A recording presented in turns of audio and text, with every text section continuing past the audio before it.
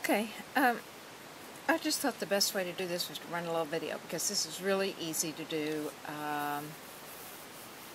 and it's just easier to show it in a video. Okay, this is like our fly front for our pants here, and there's the curve going down to the crotch. And so what I've done is I've sewn up center front right here and basted it up, pressed it open nice and hard so it's like this, and then taken out the stitching. And this is the length of the zipper here. I'm putting in a red zipper so you can kind of see what I'm doing, but the zipper is about that long. And here's the fly part of our front. And there are extra pieces to your fly. Don't use them. It's just extra fabric on your stomach, and who needs that? Nobody needs that. Okay, so here we are on the right side, and this left side is going to flap over the right side. So what we're going to do is we're going to take this and roll this out about 1/4 of an inch all the way down like this.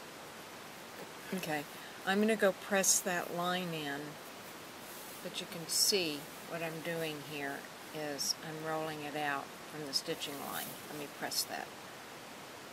Okay, here we are back. Now you can see here was, well, you can see it right up here at the top, right up there. You can see where my stitching line was. But I've rolled it out and pressed it from about 1/4 of an inch on. Except when I got down here at the very, very bottom, I just rolled it out to where there's just practically nothing left on the seam so that it's flat. Okay, so what I want to do is I want to take my zipper and I want to run it up real close. I'm going to run it up real close, that fold line just right next to the zipper mechanism part. I'm not going to sew that close, but I'm going to put that up real nice and tight there. Okay, this gives me a chance to talk about the zipper foot for a minute, which is my favorite little zipper foot. This is a Bernina 1530, which I just adore. This is my workhorse here.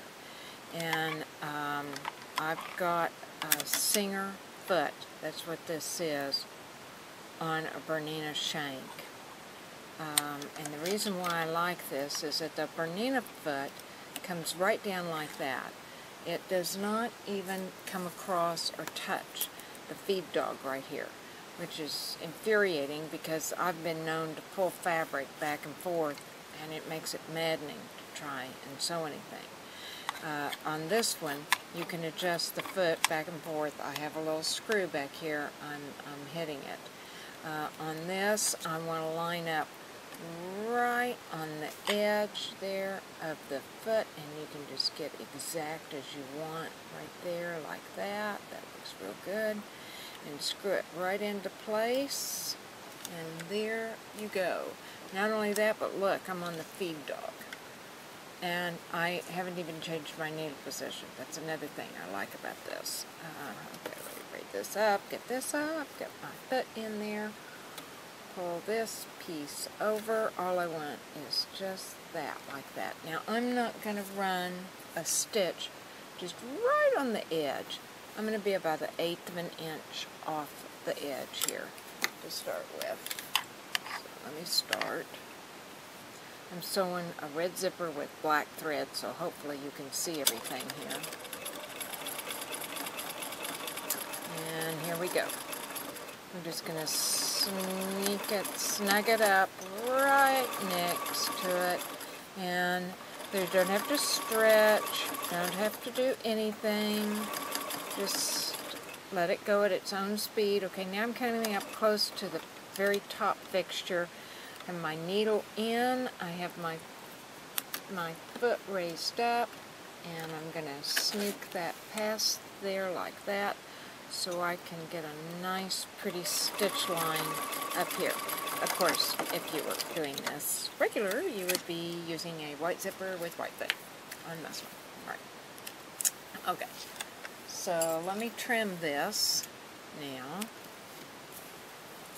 Now, here's my original fold line. You can see it. You might not be able to see the stitching here on the video, but you can see it in person.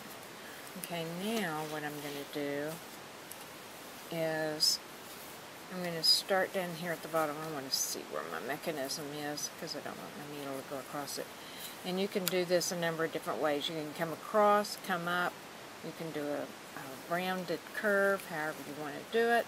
But what we want to do is we want to make this line, this top stitching line, parallel to the lot line. All we have to do is catch that piece. But we do not have, the stitching on that piece doesn't have to be perfect. That's okay. Okay, where are we? Right here. And I have to scoot over on the other side so that my mechanism is on this side. There we go. And there's the bottom.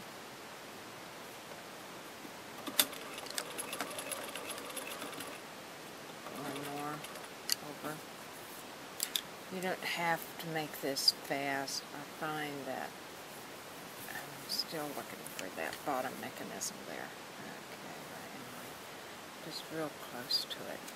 I'm not into breaking needles. Now, the next thing I want to do, I want to make sure everything is all lined up here. If you want to, you can put a couple of pins in there. I don't put pins in. That doesn't mean you don't have to. What it means is it's the only reason why I'm going a little stitches at a time is I'm not sure where that metal base is. And I just don't want to hit it with my needle and break it.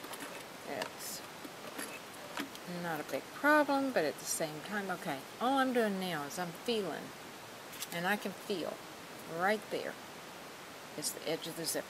And that's really kind of where I want to be. So I'm just kind of curving this line up. You can see here a little bit at a time that kind of fell off the side.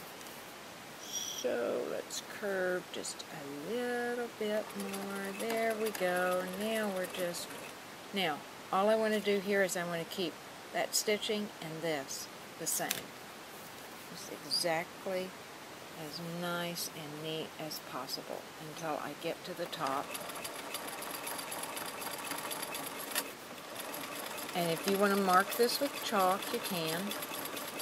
Whatever makes it easiest for you. I've done this a gazillion times before, and so I know what I'm doing. I know what to look for. I know I have pretty good judgment. That doesn't mean that you can't put pins in here and do this on your own. Okay, now when I get up here, I want to make sure that I have enough fabric to cover my mechanism. So my mechanism is going to be down like that.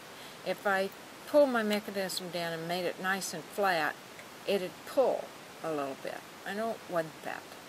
So I'm naturally going to pull it pretty snug over that.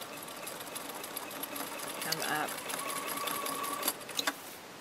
And there is your lapped zipper. Right there. Nip this. And that's about as neat as it gets right there. See? There you are. Really nice. Okay. There are several things I like about this. One is it's fairly straightforward, and I guarantee you, pick out some muslin, get yourself just some 6-inch strips, put in about 5 zippers, just bang, bang, bang, bang, 1, 2, 3, 4, 5, and you won't forget this technique. It'll be with you forever. The other is that the way the tailors do this is they face this piece right here. So there's a seam right here. Well, that puts 2 extra pieces of fabric in here. That all that's going to do is just add extra weight that you don't need, none of us need, in the stomach. This is a much easier, it's just as good looking, it's easier, it's less, it's not as time consuming, so it's really a win-win all the way around.